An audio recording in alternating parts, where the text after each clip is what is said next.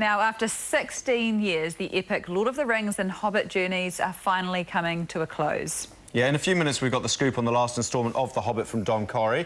But first, let's hear from the stars who made J.R.R. Tolkien's Tales of Magic and Adventure sparkle. Our Europe correspondent, very lucky, Jessica Much, or Jessie Much as you like to call her, sat down with Orlando Bloom, Evangeline Lilly and Luke Evans.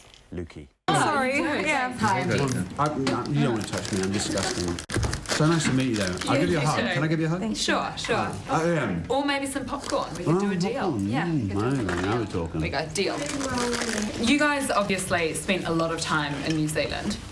Do you feel that you're a little bit Kiwi after you left? In what way?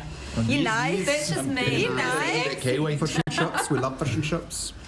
Kiwi. How are we Kiwi? I mean, I would like to think I'm Kiwi. Aside from, like, I wear this all the time. The punana. Against my skin.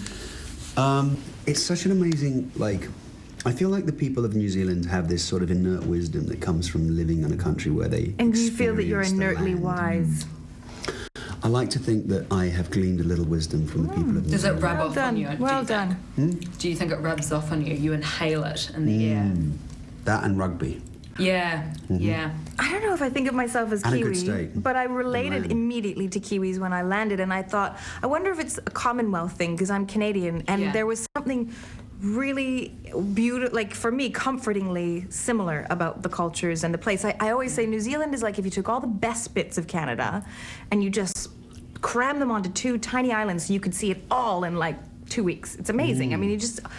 Of course, as a Canada, Brit, you have we to really do feel like we're more connected to the Kiwis. Yeah. Well, the history. There's the history and stuff. They're So. connected or It's lording not a competition, over. though. It's okay. Lording over. Just saying. That's interesting. A bit of history there.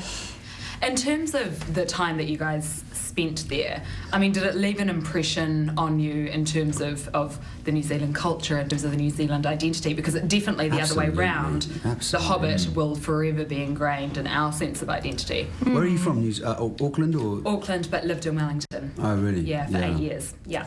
It's amazing to me. Wellington, returning to Wellington after like 15 years, something ridiculous like that, I was so impressed at how the same it was in a way, how unchanged, and it's not in a good way, in a good in a way, great in a sense way. like of maintaining its integrity and maintaining itself. You know, I mean, the crazy thing is there was still this crystal shop for selling crystals on the high street on Cuba Street. I was like 15 years later. I was like, how does that happen? How are you still here? Yeah. You Yeah. New Zealand hasn't demand. It hasn't given over to corporatism the way so much of the rest of the world has.